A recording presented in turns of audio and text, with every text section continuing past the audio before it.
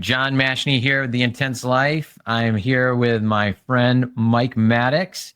So cool to chat with him. I actually love chatting with him. And just a quick intro to Mike, Mike has been in the business world, ran a company, an IT company for a long time, right? 20 years or a long time? Yeah, very long time. More than 20. More than 20. Okay, yeah. More than 20. But I feel like I've known Mike for probably close to a decade now, and he's out of the IT space and now a professional EOS implementer, really helping companies get control of their business rather than having the business control them. But I love talking with Mike generally just because there's such a weight to anything he says from experience level and from just many years of, I would say, learned or hard learned lessons, whatever you want to call it. And he also has just a great heart. So I think he's truly someone that's trying to do the right thing and treat people well and focused on the people around him and really just adding value. And it's been amazing. So you've been a great friend and professional in the many years that we've known each other. So thank you for agreeing to chat for a little bit. Oh, man, John, I appreciate you having me on. What a great intro. I appreciate all the kind words. Likewise, man. I'm looking forward to this. Every time we talk, it's a blast. And I've been looking forward to being a guest on your podcast.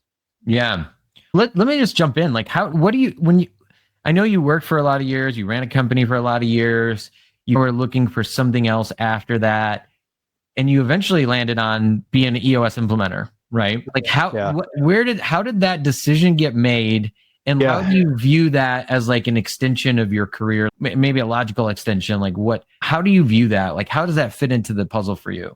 Yeah, no, it happened like organically over time, right? So there wasn't a point in time where I didn't wake up one morning and say, I'm going to start a career as an EOS implementer and coaching leadership teams. What happened really was much more organic. At the IT company that I owned and ran for 20 plus years, ASK was the name of the company. We had the blessing of just phenomenal growth over like a 10, 12-year period between 2004, 2015, 2016.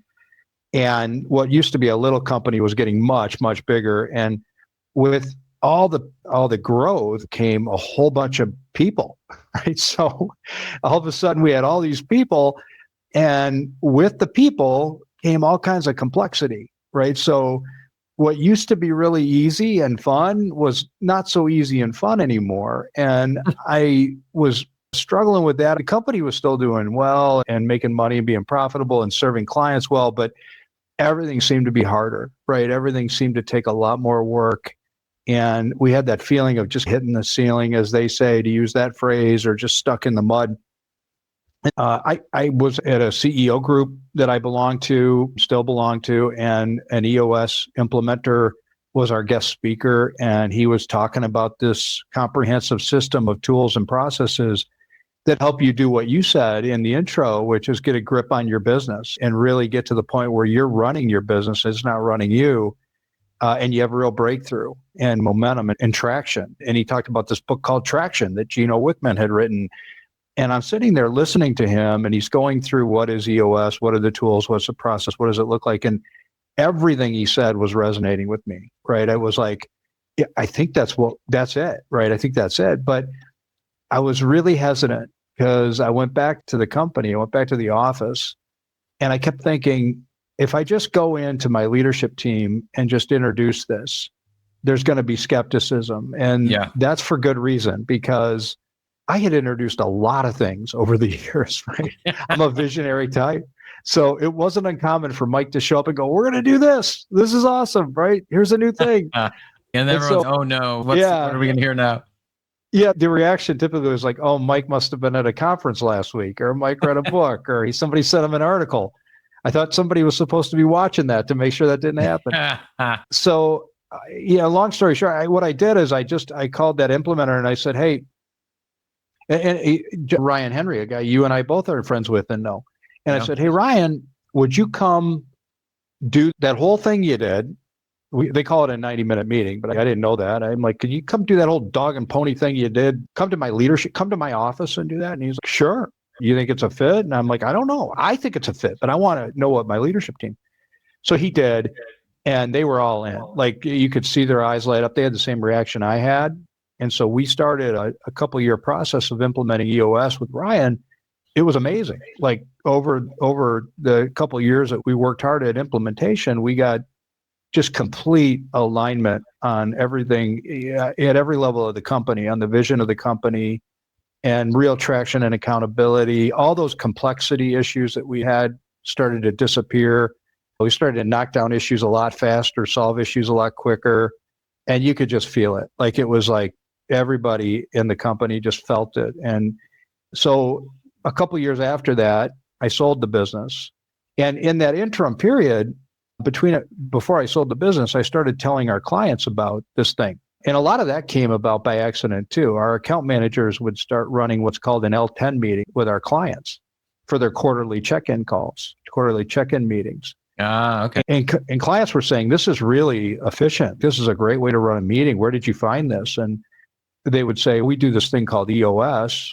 And they're like, what's that? And then they would come back and go, hey, Mike, would you go talk to them about EOS? So I would go out and just tell them, this is what we did. It's called EOS. And so I became this kind of advocate, right? Unintentionally, just tell them this is what my experience was. And they would ask me to introduce them to a coach, which I would.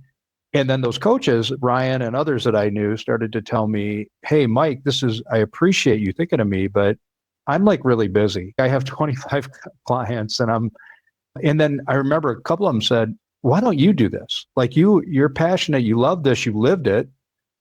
And so when I sold the business in 2021, that was the plan. I went and I built my franchise. I went to boot camp. I did everything I needed to do to be an EOS implementer and help other businesses, with the intention that I would stay with the business for about 6 months to a year, help with integration, and then go help other companies. And I started to actually help a couple other companies too in that process. But the company that I sold ASK into was trying to merge a bunch of different companies together during the pandemic. They all had their own culture. They were in different parts of the US and Canada. They all were very proud, independent, privately held companies. We couldn't meet in person.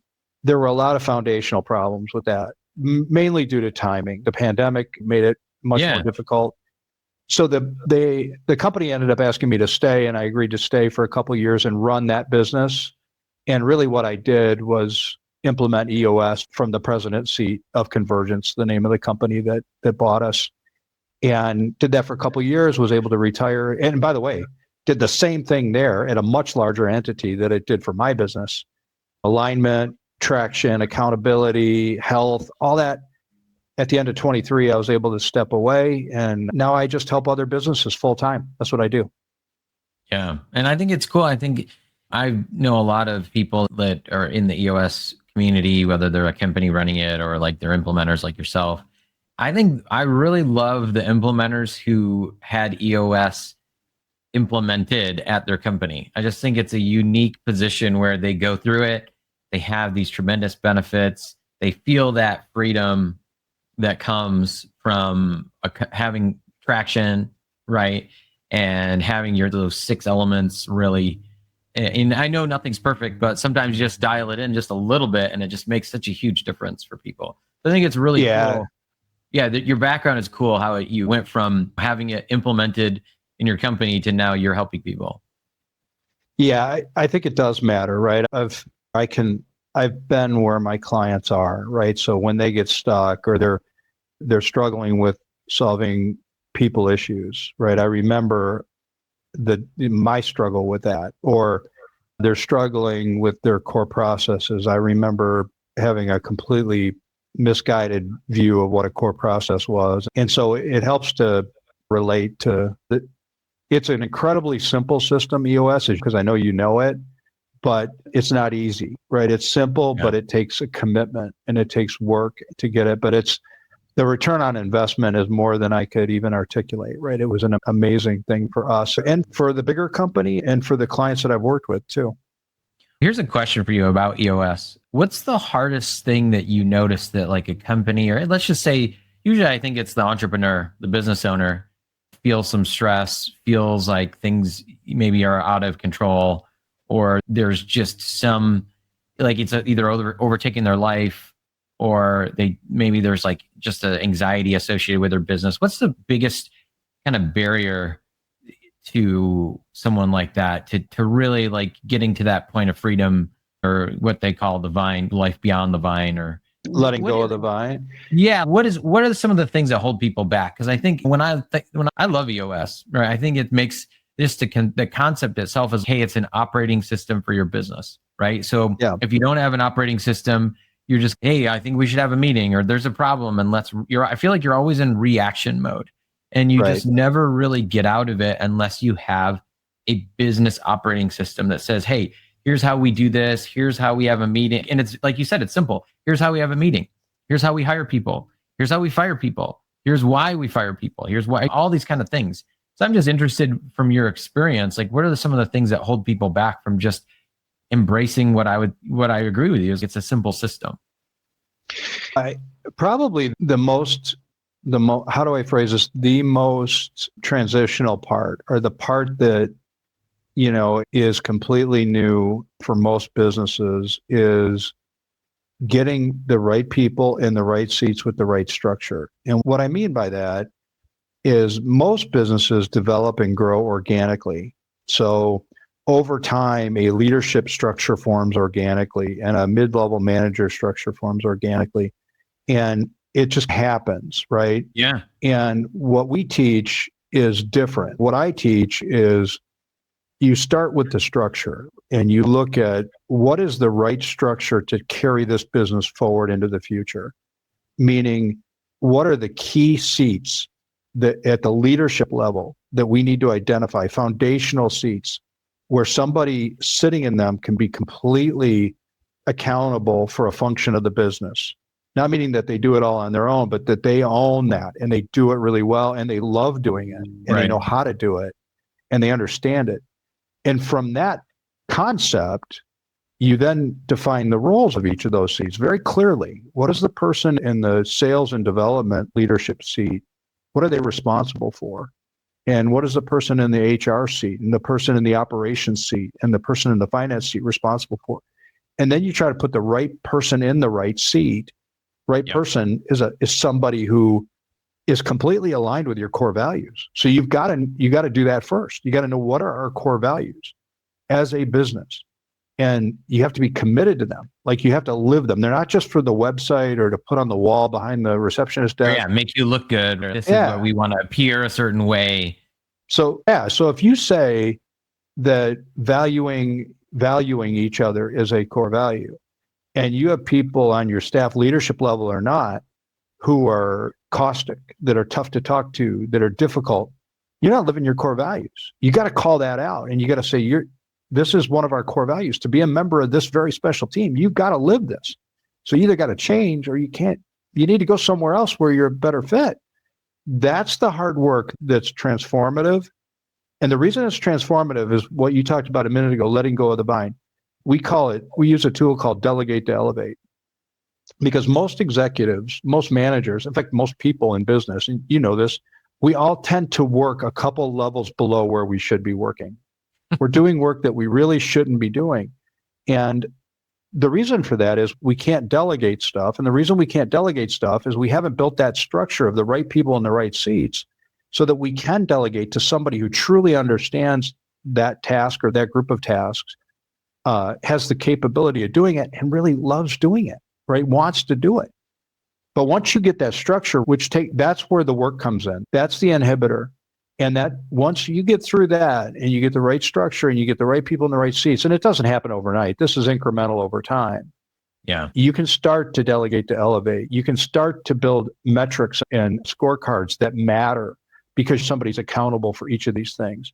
You can become a measurement-driven organization, which that's another misconception, I think, is that measurement and metric-based organizations are not healthy cultures. I think it's the opposite. I think good people want to know objectively, what does it take to do my job at a high level, and how are we going to jointly measure that? It could be 1, 2, or 3 numbers. It could be one number. But what is it? What is the objective measurement? What am I accountable for? Yeah, Mike, this is just great observations. Here's a question for you. I think this is something I've noticed too, is a lot of times people in organizations get frustrated because they want to do a good job. They truly do want to be good in their role, but they feel like there's not clarity about what the role is. So it could be, like you said, someone like, and a lot of times I think when I deal with, because a lot of my clients are visionary entrepreneurs, business owners, so they get tons of ideas.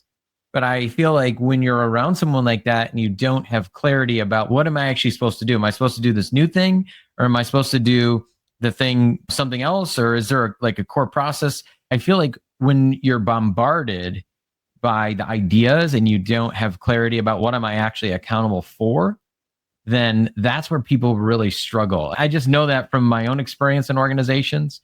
But I'm curious, like, how do you feel the same way, or is that one of the problems that you see? Yeah, I see it all the time, and I lived it, right? I lived it in my own business where it's not intentional. It's a function and it's an outcome of that organic growth where there's a lot going on and you're just trying to get everything done. And you said it earlier, you become very reactionary. You become very reactive instead of proactive. And if you can build the structure right with the right people in the right seats, and you can have the right core values, and you can get the vision established of where you're headed, you can, as a company, start to embrace the idea that we need to get focus, meaning we're not going to do everything that could be done in the next 90 days. We're going to live in a world where we identify the 3 to 7 biggest priorities for this next quarter, and we're going to be committed at every level to solving those issues, to completing those objectives. We call them rocks in EOS, to Stephen Covey's term. We're going to put all our human energy in that direction, and then getting everyone in the company to understand their role, because often there is, just by virtue of the way that the structure has organically grown, just mass confusion over whose job is what, right? And 2 people are doing the same thing. Nobody's doing this. Somebody steps in and fills the gap, and that's the way you find it. But when you get intentional about that stuff, to be proactive, like you were saying, you can really move the needle. That's what traction's all about. You start to get a speed of movement in your business that's like uncanny. And that was our experience. We started to see that in real terms. I did a survey, like probably 9-10 months, an employee survey after we started implementation. And I did those regularly, measure engagement, right, and involvement, and mainly to come up with what can we do better, right? Ask my staff, what can we do better? Where are we missing the mark? So I've been doing that for years. And in this survey, about 10 months after we started implementation, I asked the question, how fundamental is EOS to our long-term success? Because we had just rolled it out. People were hearing about it. They were learning it. We were starting to do L10 meetings. I don't think everybody was even in an L10 meeting yet. Like, we weren't fully rolled out yet. And what's interesting about that is, on a scale of 1 to 10, how fundamental is EOS to our long-term success? 100% of the staff answered 10. And in my company, I'd never seen that. In fact, in my company, it was an IT company. It's an IT company, right? So IT folks, not to characterize, but they tend to think, they're very skeptical by nature, right? Sure. So yeah. If the idea wasn't theirs,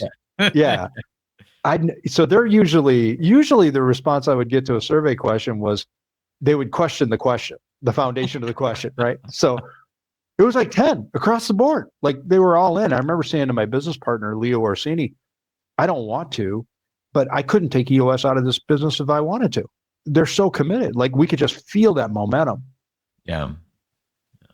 I think it's fascinating. And I think one of the things that I think is, any business, if you're in the business not to just be busy, right? If you're trying to make your business work for you rather than you just be a slave to the business, I think you need an operating system. And I think EOS is, like, really, I'm not going to say best or whatever. I just think it is a fantastic program. Like, it is fantastic. Yeah. And I just think, to me, like, you have to have an operating system. And I think EOS is built so that it's simple to, like you said, simple. People can follow it. It's not easy, but I think it's simple. It's straightforward. And I would just say it's a beautiful way to get organized and get, like you said, get some traction. Yeah, I agree with you. I use that statement a lot when talking to business groups or even a potential client that wants me to come out and talk to their leadership team. You don't have to choose EOS. There's other things you can do, but you do need an operating system. Yeah. You need one.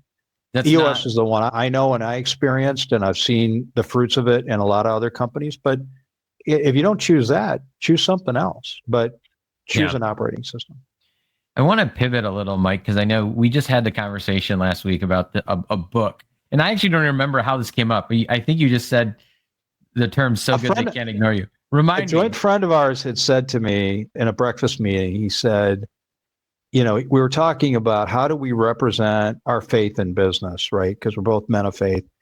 And he made the statement, he said, probably the best way you can do that is be so good they can't ignore you. And I reiterated that phrase to you. And then you told me, I said, a book. Yeah. Have you read the book? Yeah. And I went, there's a book? By Cal Newport. It's honestly, to me, gosh, when I read it, I was so mad. In fact, I didn't even want to read it. But honestly, you know what pushed me over the edge?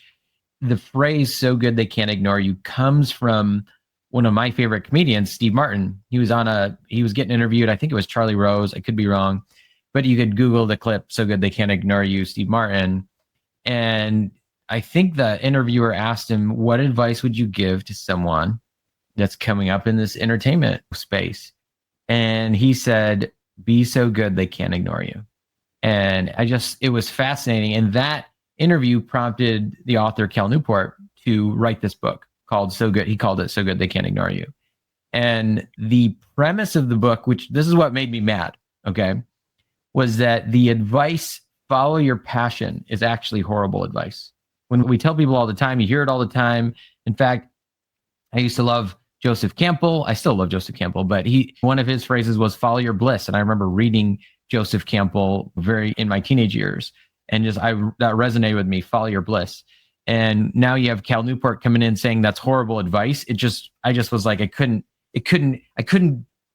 process that. But I'm curious because I think I did write an article about it, but you read it. Tell me what you thought of the content. Tell me how you reacted to it. Yeah, no, your article, and I would encourage, you should post this on the podcast. A link to your article is really good. You titled it, "I initially hated this book, but now I tell pretty much everyone to read it ASAP." And as I went through your article, I could completely relate to what you were saying, which is intuitively, something didn't seem right to me in the advice that following your passion is horrible advice. It doesn't sit well with me. When I first hear it, I'm like, no, because I teach, I want everybody in the company doing jobs they're really good at, that they have the ability to do and that they love. And I thought that's following your passion. But what the author of the book's talking about is something different. He's saying, you don't just decide what you're passionate about and then go follow that. Because I could be passionate about pickleball. I am now. I'm learning to play pickleball. But I'm not going to make any money playing pickleball. If you see me play, you'll know that. So I could I'm going to quit coaching. I can imagine saying to Anna, my wife, hey, I'm not going to coach anymore. Pickleball is it for me. I'm passionate. Yeah. That and golf, because I'm passionate about that too. So I'm going to do both and see if I can get on the senior tour. She would that wouldn't go well. That wouldn't be a good. So what he's saying is, and you can describe it better than I can, because I haven't read the book yet. I'm going to. I have it. He's saying that you develop your passion by honing your craft, right? I mean, you first hone a craft and then you will discover your passion. Am I saying that? You think I'm describing it correctly? Here's why I tell pretty much everyone to read this book, particularly young people that are at their beginning of their career. I think that, and I'll just relate it, I think the article spells out my own example, but essentially, I love storytelling and I love movies. And I did as a young man, as a teenager.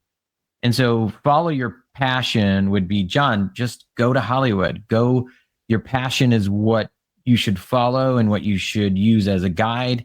And being passionate is what is going to make you successful. And what Cal, I think the point of the book is to say it's actually bad advice. And the book gives this great example of this person who was passionate about meditation or becoming a monk, and he's like lives at a monastery for 10 years. And after 10 years, he's like, what did I do? He didn't get what he wanted by following his passion. And I think to me, it's this idea of when you have a passion and you try to make the world cater to your passion, you're really being selfish, and you're saying, what can the world do for me? And I love how he just turns it around and he says, no, go gain valuable skills first and be of value. And then once you're really good at what you do, and how do you know? It's like, how do you know if you're good at it? Will people pay you for it? Number one, because not in a monetary greedy sense, but in a sense of it's valuable because it's valuable to somebody else. It's a skill. And he goes through how you can learn a skill through what he calls deliberate practice, right? Getting immediate feedback. Then once you have a valuable skill, then he lays out a process to develop a passion related to your skill.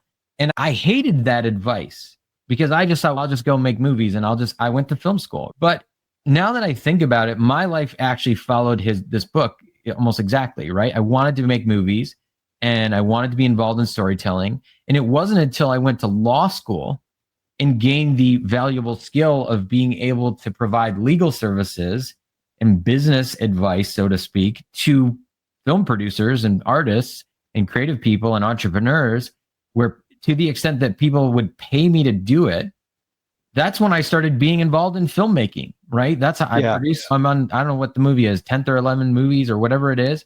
That's how then those filmmakers started to find me and ask me to help. Those business owners sought me out and wanted my help because I took the time through deliberate practice to gain valuable skills. And that is why when I read the book, I was like, this is dumb. I wanted to throw it. And now the title is, I initially hated it, but now I tell everybody to read it. And I'm telling my kids, I'm telling people I care about. Even someone like you who's had a long career already, I think it still applies the same way. I'm curious how you process that. No, I agree with you. I think so. For me, I look back and say, I was never inherently passionate about technology, right? I didn't dream about technology. What I was passionate about, or what I became passionate about over time, was how technology could help businesses, right? As we built this business and we brought in all these people, I brought in people that were passionate about that too. Now, this is in hindsight. I don't know. This wasn't like I didn't have this master plan. Yeah.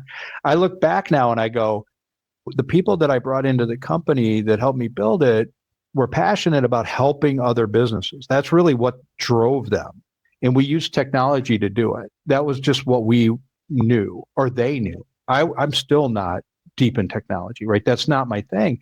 But I did know that it could be a fundamental driver for business to be more successful and to help businesses get much more out of their company. And so the better we got at that, and he talks about it, and he talks about the craftsman mindset and the deliberate practice. Yeah, that resonates with me. That's exactly what we did over decades. And that resulted in companies seeking us out. We got to the point where they were coming to us. Like, we would like to be a client. That's the dream of every business person, right? Same thing in coaching, right? Hone the craft. Look at every day as an opportunity to get, I call it continuous incremental improvement. Every day I want to get incrementally better than I was yesterday. There's some intentional act or actions, right? As I get passionate about that, I become passionate about coaching, right? It just happens to be what I do, but my passion is helping people, right? It's a flip of, what can the world do for me? I'm passionate about golf, so the world owes me a career in golf. To, I'm going to learn how to help people, and I become passionate about that. Now I'm passionate about the tool that I use to do it, whether it be technology or coaching. That's right. And I think just one thing on the deliberate practice, and I know we got to wrap up soon, but one of the biggest things I think is that getting that incremental improvement through feedback, right? Like having a coach. I think that really makes a huge difference. Yeah, you got to have people in your life that are willing to challenge you, be honest with you, tell you what you need to hear, not what you want to hear. And we all need that. I had a conversation with a longtime friend, business owner, executive this morning, where he said, I think that a lot of generations have gone away from that. There's a whole gap where they've gone away from that coaching, that mentoring, and we're missing something because that wasn't there. I think that's important for all of us. Yeah. Yeah, I appreciate that. It's been awesome to chat with you, Mike. Why don't you share how if people want to get in touch with you or learn more about what you're doing, what's the best way to get in touch? Super easy. You can reach me at mike.maddox@eosworldwide.com, mike.maddox@eosworldwide.com. And you can also find me at eosworldwide.com/Mike/Maddox or -Maddox. And if you're interested in talking, I'd love to see if I can help you or at least meet you. So I appreciate being on, John. This is always a blast, man. I love it. We'll have to talk more. And once you do read the rest of that book, if you do read it, let me know, because I think I'm an evangelist for the book now. I tell everybody to read it. And when you said that phrase, I was just like so excited. I was like, Mike, wait, are you talking about the book? You talking about the Steve Martin interview? Where are we going to go with this? I was so excited. Yeah, awesome, man. I will. Great to chat. This is John Mashney with Mike Maddox, and just saying right now counts forever. Take care. Thanks a lot, Mike. Thanks, John.